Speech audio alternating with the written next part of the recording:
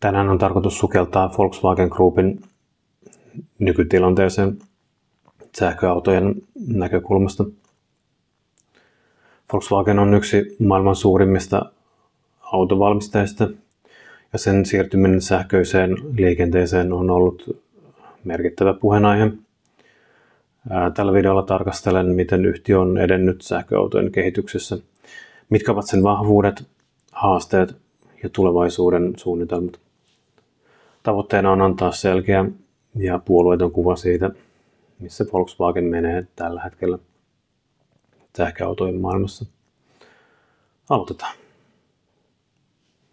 Volkswagen Group, joka pitää sisällään brändit kuten Volkswagen, Audi, Skoda ja Porsche, on panostanut voimakkaasti sähköiseen liikenteeseen. Yhtiön tavoite on ollut siirtyä kohti hiilineutraalia tulevaisuutta, ja sähköautot ovat tämän strategian ytimessä.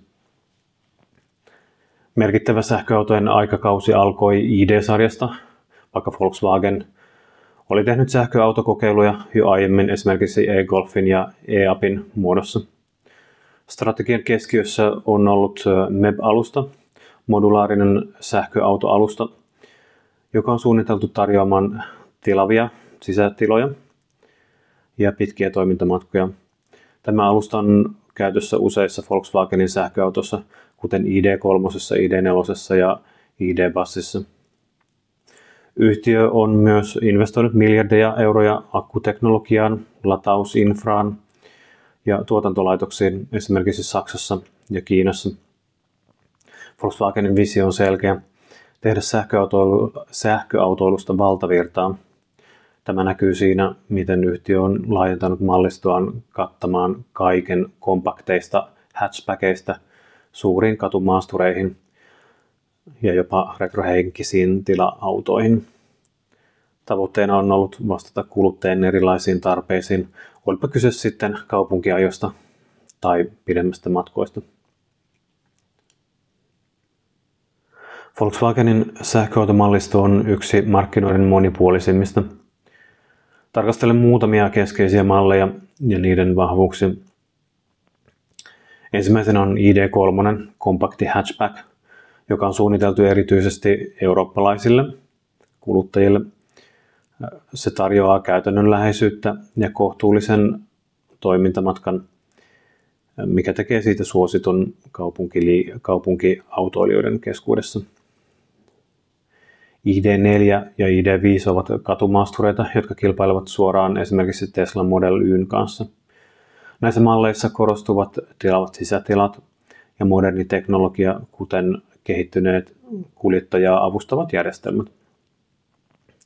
ID.7, Volkswagenin lippulaivamalli, on premium-luokan sedan, joka on saanut kiitosta mukavuudestaan ja pitkästä toimintamatkastaan.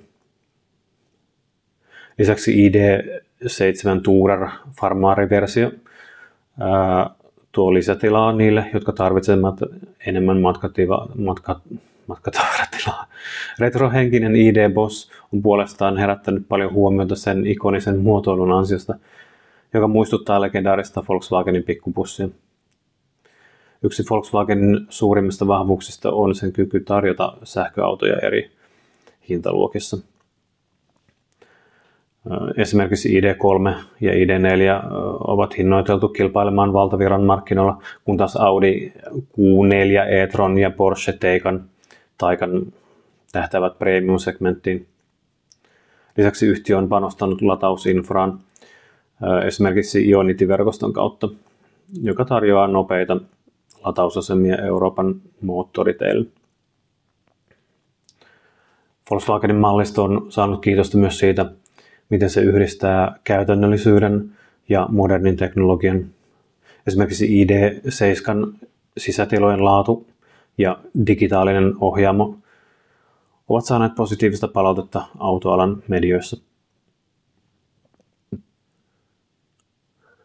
Vaikka Volkswagen on edennyt vahvasti, matka sähköautojen markkinajohtajaksi ei ole ollut ongelmaton.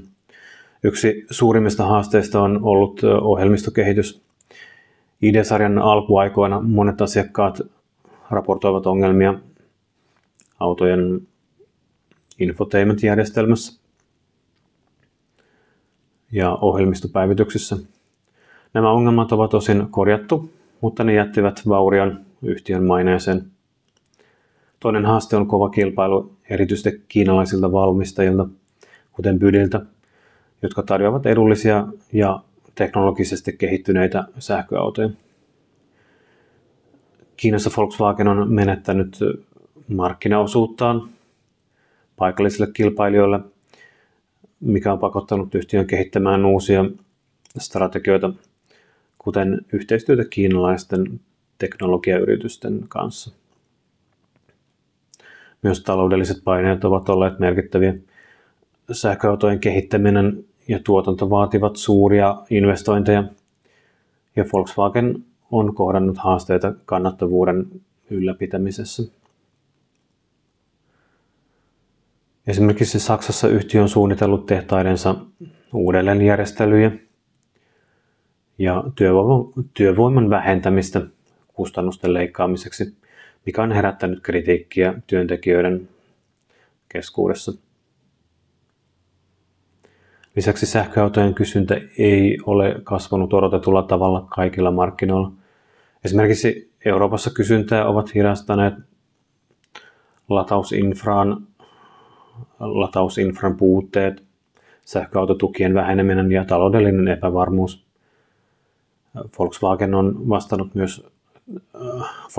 vastannut tähän kehittämällä myös plug-in hybridejä, jotka tarjoavat vaihtoehdon niille, jotka eivät ole vielä valmiita täyssähköautoon. Volkswagen ei aio hidastaa tahtia sähköautojen kehityksessä. Yhtiö on ilmoittanut tuovansa markkinoille useita uusia malleja lähitulevaisuudessa. Yksi odotetuimmista on ID.2, kompakti ja edullinen sähköauto, joka on suunniteltu kilpailemaan pienten autojen segmentissä. Vielä edullisempi ID.1 on myös kehitteillä, ja sen on tarkoitus tuoda sähköautoilu entistä laajemman yleisön ulottuville. Lisäksi Volkswagen kehittää uutta SSP-alustaa, joka korvaa MEB-alustan tulevaisuudessa. Tämä alusta lupaa entistä parempaa suorituskykyä, pidempiä toimintamatkoja ja nopeampaa latausta. Esimerkiksi seuraavan sukupolven sähköinen Golf on tarkoitus rakentaa tälle alustalle. Yhtiö panostaa myös teknologian, erityisesti autonomiseen ajamiseen ja tekoälyyn. Kiinassa Volkswagen on kehittänyt tekoälypohjaisia ajoavustamia, jotka on suunniteltu erityisesti paikallisiin liikennetilanteisiin. Tämä on osa yhtiön strategiaa vahvistaa asemansa maailman suurimmilla automarkkinoilla. Volkswagenin pitkän aikavälin tavoite on saavuttaa hiilineutraalius, ja sähköautot ovat tämän tavoitteen keskiössä. Yhtiö on sitoutunut vähentämään päästöjään koko arvoketjussa, aina akkujen tuotannosta kierrätykseen. Esimerkiksi akkujen kierrätysasteen nostaminen on tärkeä osa tätä strategiaa. Volkswagen Group on ottanut merkittäviä askelia sähköautojen saralla, ja sen monipuolinen mallisto on vahvistanut yhtiön asemaa erityisesti Euroopan markkinoilla. ID-sarjan autot, kuten ID.3, 4 ja ID.Bus, tarjoavat vaihtoehtoja erilaisille kuluttajille, ja yhtiön investoinnit teknologiaan ja infraan osoittavat sitoutumista sähköiseen tulevaisuuteen. Toisaalta haasteet, kuten ohjelmisto-ongelmat, kova kilpailu ja taloudelliset paineet, muistuttavat, että siirtymä sähköautoiluun ei ole yksinkertainen.